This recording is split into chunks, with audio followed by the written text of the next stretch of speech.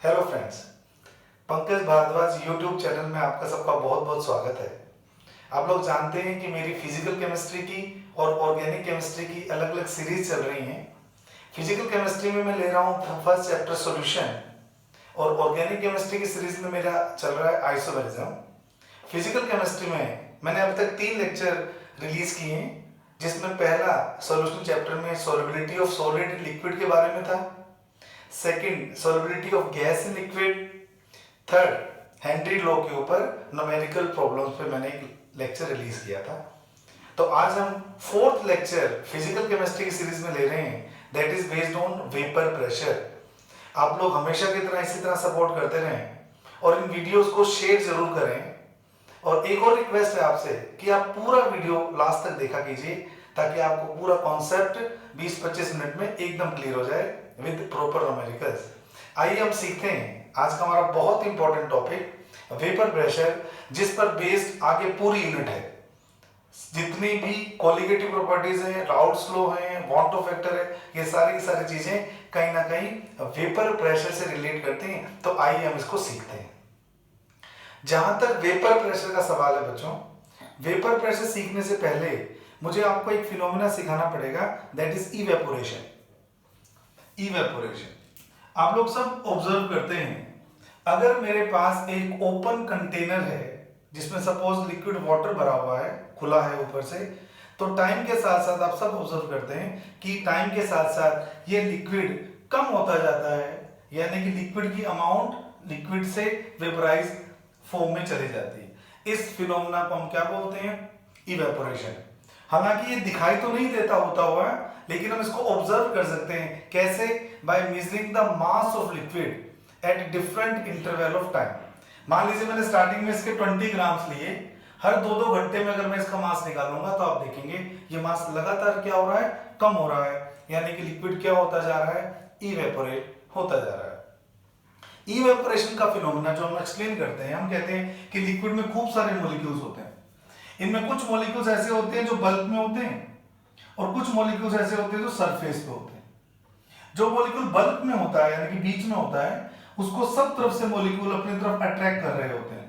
तो इस पे जो फोर्स लग रहा होता है, नेट फोर्स, वो कितना लग रहा होता है? 0। जो मॉलिक्यूल बाकी मॉलिक्यूल्स को धक्का लगाते लगाते ऊपर पहुंचते हैं, नो डाउट वो इतने मेहनत से ऊपर आए हैं, तो जरूर उनकी काइनेटिक एनर्जी बाकी मॉलिक्यूल्स की कंपैरेटिवली क्या होती है? हाईएस्ट होती है। तो जो मॉलिक्यूल सरफेस पे होता है उनकी काइनेटिक एनर्जी बाकियों से ज्यादा, पहला पॉइंट।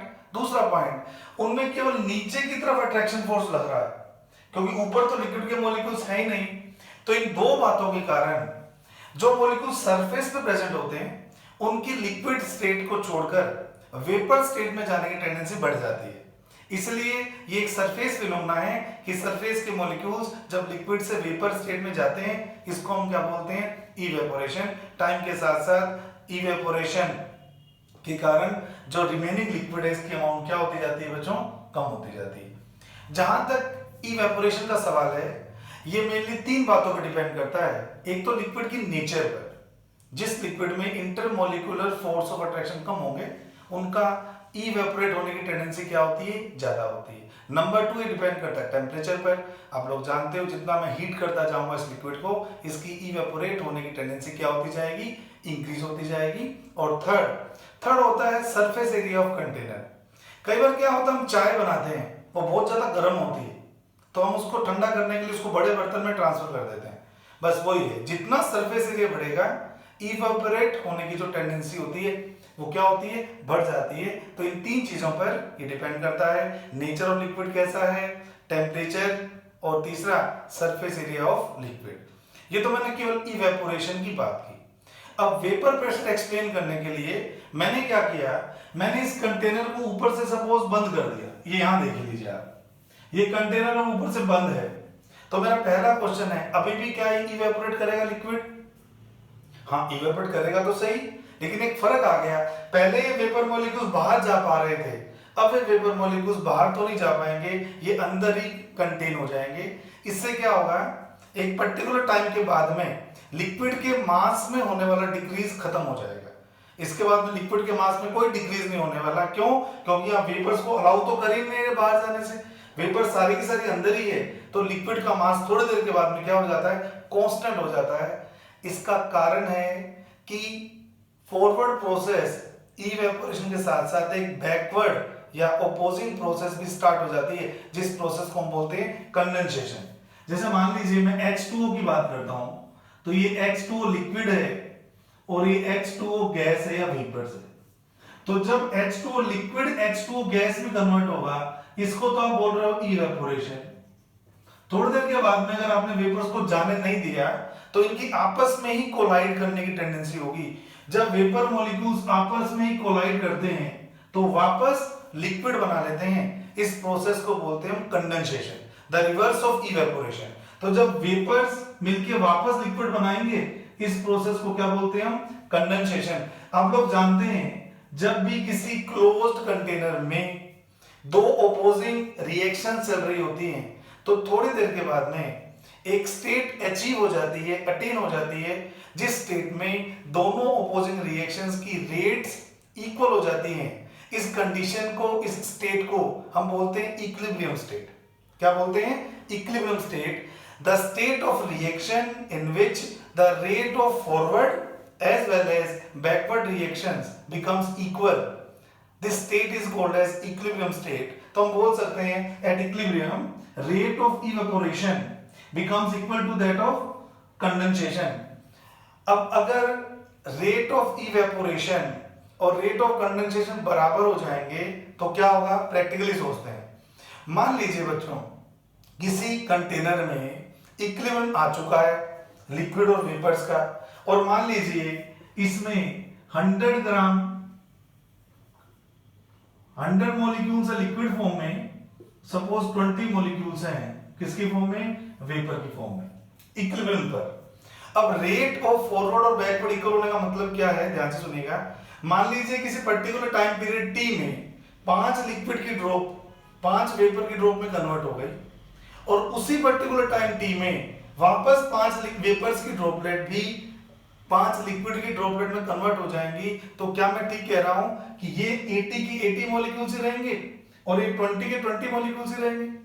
भाई 80 में से 5 कम हुए तो 75 हो गया टी टाइम के बाद में, और उसी टी टाइम के बाद में 5 बन भी गए तो 75 प्लस 5 अगेन क्या हो गया, 80। इसलिए हमने 11th क्लास के इक्विलिब्रियम में भी सीखा था कि इक्विलिब्रियम पर all measurable properties becomes constant.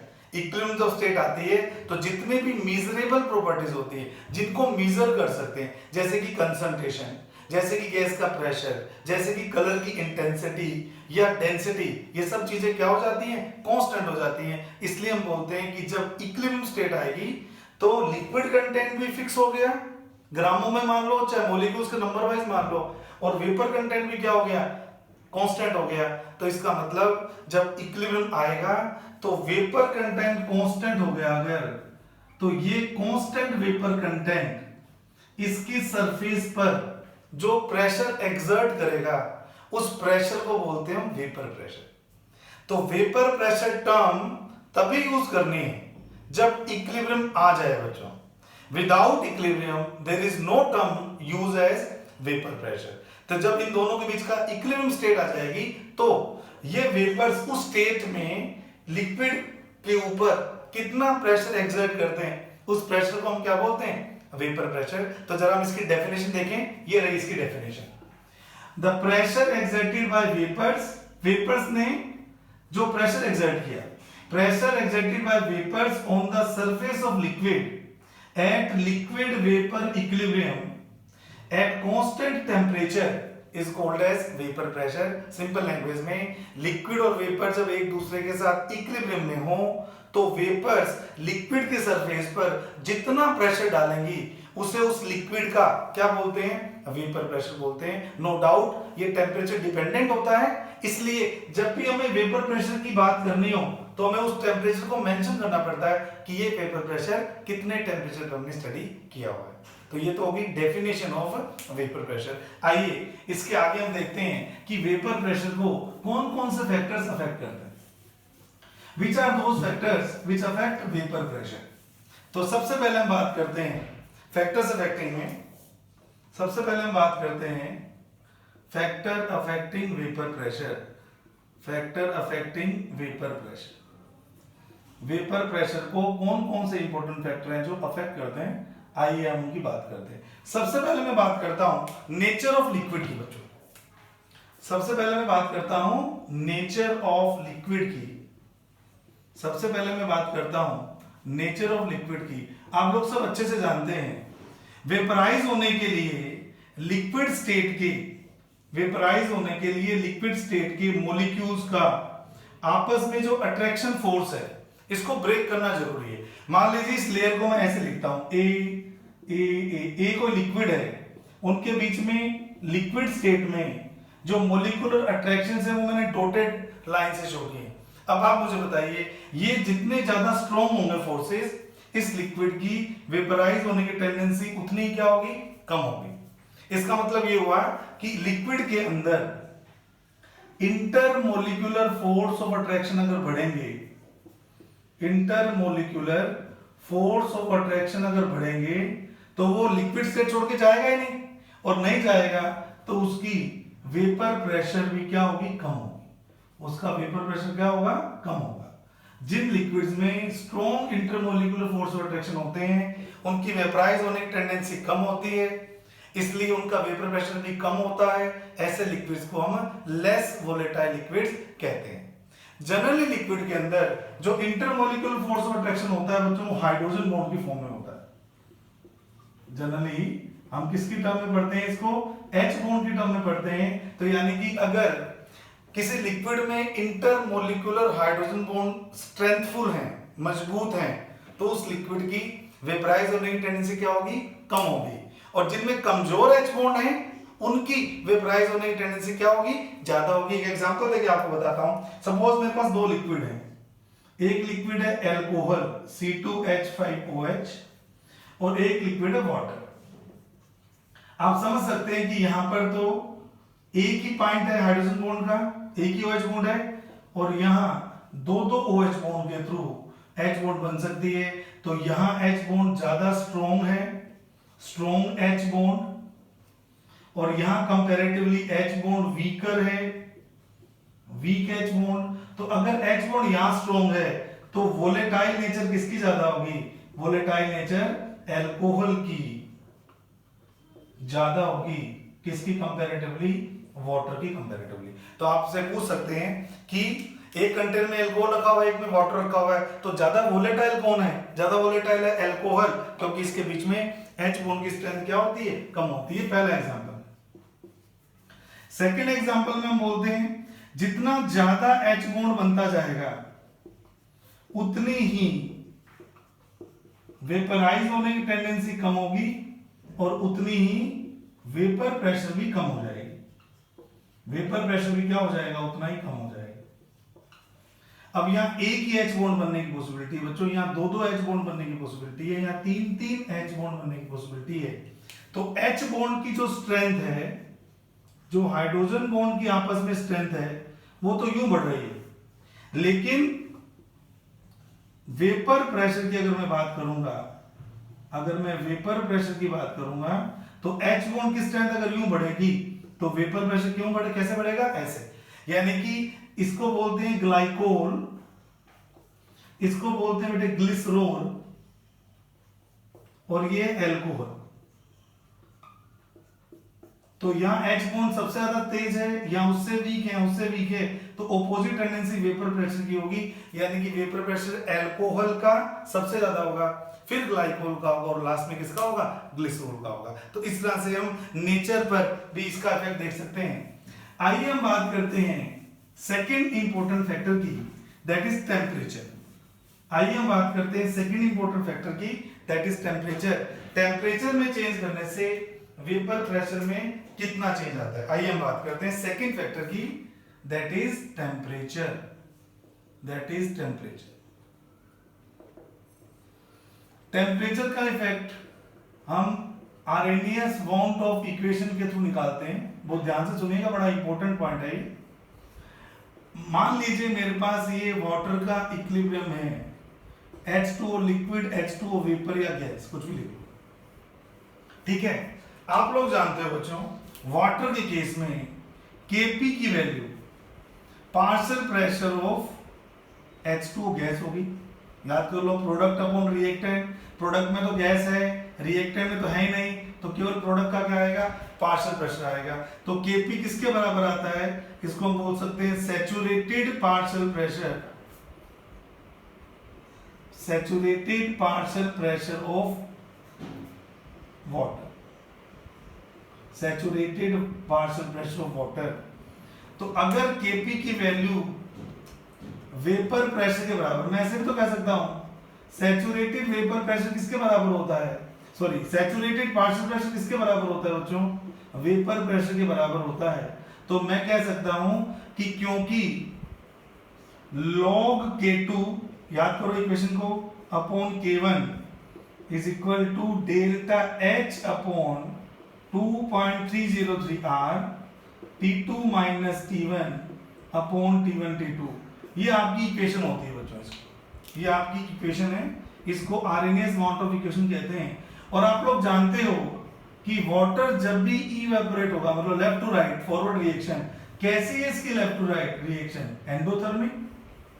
आप लोग जानते हो अच्छे से, याद करो enthalpy of vaporisation, 1 mole liquid को 1 मोल वेपर में कन्वर्ट करने के लिए जितनी एनर्जी की रिक्वायरमेंट होती है उसको बोलते हैं एंथैल्पी ऑफ वेपोराइजेशन। और मोस्टली लिक्विड्स की एंथैल्पी ऑफ वेपोराइजेशन क्या होती है, पॉजिटिव। तो अगर ये पॉजिटिव है टर्म और मैं T2 T1 से ग्रेटर ले लूं तो ये टर्म भी पॉजिटिव हो जाएगी, तो ये भी टर्म पॉजिटिव, ये भी टर्म पॉजिटिव, तो लेफ्ट टर्म भी क्या आएगी, पॉजिटिव। और अगर लेफ्ट टर्म पॉजिटिव आएगी तो K2 will greater than K1 हो जाएगा, क्योंकि K जिसको हम K2 K1 कहते हैं वो वेपर प्रेशर के बराबर है। तो मैं K2 की जगह लिख देता हूं vapour pressure at high temperature, और K1 की जगह लिख देता हूं vapour pressure at low temperature. तो मैं क्या कह सकता हूं, ऊपर लिख रहा हूं इसके जगह पे, तो मैं कह सकता हूं log of P2 by P1 is equal to delta H upon 2.303 R multiply by 2.303 R multiply by T2 minus T1 upon T1 T2।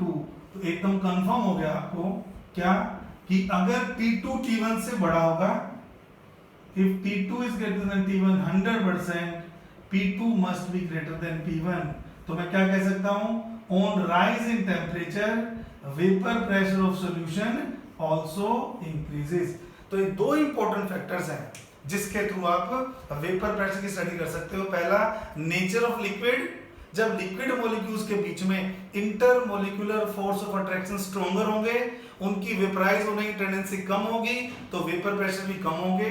Temperature में मैंने क्या बोला, अगर T2 T1 से बड़ा है तो P2 भी P1 से बड़ा होगा। इसका मतलब टेम्परेचर इंक्रीज करने पर लिक्विड्स के वेपर प्रेशर भी क्या होते हैं, इंक्रीज होते हैं।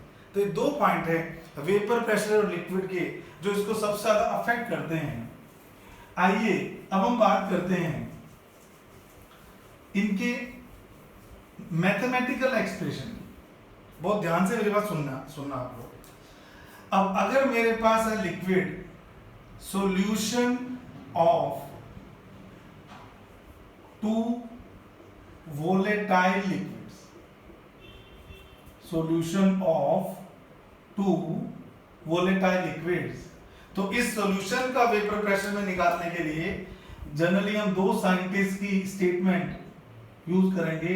एक को तो बोलते हैं बेटे डाल्टन्स लॉ, और एक को बोलते हैं बहुत इंपॉर्टेंट राउल्ट्स लॉ। आपके लिए राउल्ट्स लॉ नया है क्योंकि डाल्टन्स लॉ तो आपने पढ़ा हुआ ही है। तो मैं दोनों की बात कर रहा हूं, मेरी बात ध्यान से सुनेगा। सपोज मेरे पास एक कंटेनर है, उसमें इस बार एक अकेला लिक्विड नहीं है, इस बार मैंने क्या किया, इसमें दो अलग अलग लिक्विड्स ले लिए, लेकिन ये दोनों के दोनों लिक्विड्स वेपर बनाने की टेंडेंसी रखते हैं, यानी कि वोलेटाइल हैं। तो वोलेटाइल हैं तो ए लिक्विड की जो मोल फ्रैक्शन है नीचे XA है, और बी लिक्विड की जो मोल फ्रैक्शन नीचे क्या है, XB है। आप लोग जानते हो क्या इसका मतलब है, नीचे वाले पोर्शन में A के मोल्स अपॉन टोटल मोल्स, और ऐसे ही नीचे वाले पोर्शन में अगर मुझे B की मोल फ्रैक्शन निकालनी है तो B के मोल्स अपॉन टोटल मोल्स, इसके रेशियो को हम क्या बोलते हैं, XA। ये ऊपर वेपर्स भी दोनों होंगे नो डाउट, कुछ वेपर्स A बनाएगा और कुछ वेपर्स बी बनाएगा, तो कुछ वेपर्स तो मैं ब्लैक डॉट से शो कर रहा हूं और कुछ वेपर्स में ब्लू डॉट से शो कर रहा हूं। तो ये जो कंटेंट है ये वेपर कंटेंट है, और ये सारा जो कंटेंट है नीचे वाला, ये कौन सा कंटेंट है? Liquid content. अब मैंने क्या किया, मैंने दो वोलेटाइल लिक्विड को मिक्स करके एक सॉल्यूशन बनाया। इक्विलिब्रियम तक आने दो, बिना इक्विलिब्रियम के तो वेपर प्रेशर डिफाइन ही नहीं है। मान लीजिए अब ये इक्विलिब्रियम में है, तो क्या आप एग्री कर रहे हो कि इस वेपर के कंटेंट में कुछ वेपर्स तो ए लिक्विड के कारण होगी और कुछ वेपर्स बी लिक्विड के कारण होगी। यानी कि जो टोटल प्रेशर इसके सरफेस पे पड़ेगा, टोटल प्रेशर जो इसकी सरफेस पे पड़ेगा, उसमें कुछ कंट्रीब्यूशन तो होगा ए की वेपर्स का और कुछ कंट्रीब्यूशन होगा बी की वेपर्स का। यहां तक भी ठीक है। अब आप मुझे बताओ, टोटल वेपर प्रेशर जो होगा, क्या वो इन दोनों लिक्विड से बनने वाली वेपर्स के पार्शियल वेपर प्रेशर के सम के बराबर नहीं होगा क्या? भाई दो बंदों ने कोई बिजनेस किया, इसमें एक ने 60 रुपए लगाए, दूसरे ने 40 रुपए लगाए, तो नो डाउट उस बिजनेस की जो वर्थ होगी उसमें जिसने 60 रुपए लगाए वो 60% होगी और जिसने 40 रुपए लगाए वो क्या होगी? 40% होगी। तो डाल्टन ने क्या बोला? अगर मैं डाल्टन की स्टेटमेंट बोलूं आपको, तो डाल्टन्स लॉ कहता है कि total vapour pressure over the solution, ये टोटल जो प्रेशर लगेगा, that will be the sum of partial vapour pressures of both volatile components A and B. यानी कि टोटल प्रेशर में इन दोनों का ही कंट्रीब्यूशन होगा। जो ए के कारण कंट्रीब्यूशन है, ए की वेपर्स का कंट्रीब्यूशन है वो पीए है, और जो बी की वेपर्स का कंट्रीब्यूशन है वो पीबी है। इसको मैंने बोल दिया फर्स्ट, सबका मतलब बताना चाहिए। ये है total vapour pressure of solution, solution के ऊपर जो टोटल पी लग रहा है, जहां पर पीए एंड पीबी आर, ये टर्म याद रखना आप लोग, partial vapour pressure of A and B respectively, partial vapour pressures of A and B respectively. ये बात तो बताई थी डाल्टन ने, और वैसे कहूं सही कहूं तो ये बात तो मैं पहले से भी 11th क्लास में भी हमने पढ़ी हुई है। जो इंपॉर्टेंट बात है, सबसे इंपॉर्टेंट, वो है बेटे राउल्ट्स लॉ। अब राउट ने क्या बोला? राउट ने बोला कि ये आएंगे कहां से, इसके बारे में किसने बताया? राउट ने। तो राउट ने क्या बोला? P A proportional to X A and P A, अगर ये साइन हटाता हूं तो एक कांस्टेंट आता है P not a into x. अब ध्यान से सुनना, खाली फॉर्मूला को क्रैम करने से नहीं आते, फॉर्मूला को अप्लाई करने के लिए पहले उन्हें अंडरस्टैंड करना पड़ता है। क्या कहा राउल ने? राउल ने बोला कि जो ऊपर वाला पोर्शन है उसमें उस मेंबर का कंट्रीब्यूशन ज्यादा होगा, यानी कि डायरेक्टली प्रोपोर्शनल होगा वो जिसकी नीचे मोल फ्रैक्शन ज्यादा होगी। सीधी सी बात है। ऐसे मान लो आपके पास एक कंटेनर है ना, उसमें 10 मोल्स तो बेटे अल्कोहल के हैं नीचे और 1 मोल वाटर का मिक्स कर दिया आपने, तो उससे जो वेपर्स बनेंगे, क्या उसमें इस बात के चांसेस ज्यादा नहीं होंगे कि अल्कोहल लिक्विड की वेपर्स ज्यादा होंगी वाटर लिक्विड की कंपैरेटिवली? सीधी सी बात है, जो नीचे ज्यादा होगा उसी की तो वेपर ज्यादा आएंगी। तो ये बात बोली इसने कि जो कंट्रीब्यूशन है किसी लिक्विड की वेपर प्रेशर का, वो सॉल्यूशन में प्रेजेंट उसकी मोल फ्रैक्शन के प्रोपोर्शनल है। अगर सॉल्यूशन में वो मेंबर बढ़ता जाएगा तो उसकी वेपर फेज में भी ज्यादा होने की टेंडेंसी बढ़ती जाएगी। अगर मैं इसको हटाता हूं तो एक कांस्टेंट आता है, इस कांस्टेंट को बोलते हैं हम पी नोट ए को बोलते हैं, यहां लिख रहा हूं पी नोट ए को बोलते हैं vapour pressure of pure a liquid, vapour pressure of pure a liquid. तो अगर मैं बी के लिए बात करूंगा तो क्या करूंगा? बिल्कुल वही है, पीबी प्रोपोर्शनल टू एक्सबी और PB is equal to P note B into XB. तो इसको नंबर 4 बना देता हूं, इसको नंबर 5 बना देता हूं।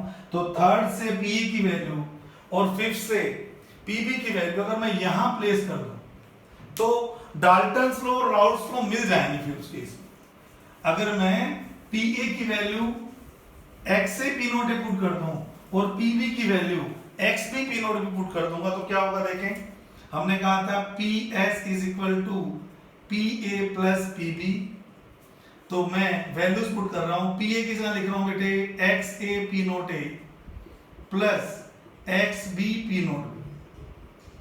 तो ये PS की वैल्यू आ गई, इसको डाल देता हूं इक्वेशन नंबर 6। अब अगर मेरे को पता है कि नीचे वाले पोर्शन में अगर दो ही कंपोनेंट्स है, किसी भी सॉल्यूशन में अगर दो ही कंपोनेंट्स है तो उनकी मोल फ्रैक्शन का सम कितना होता है 1। तो अगर मैं x भी लिखना चाहूंगा तो वो क्या होगा 1 माइनस एक्स से होगा। इस एक्स बी की वैल्यू को यहां प्लेस करता हूं तो PS is equal to X A P note A plus 1 minus X A P note A, P nought भी आएगा। तो जब मैं इसको ओपन करूंगा PS is equal to X A P note A plus 1 into P note B minus X A into P note B, X A P note B.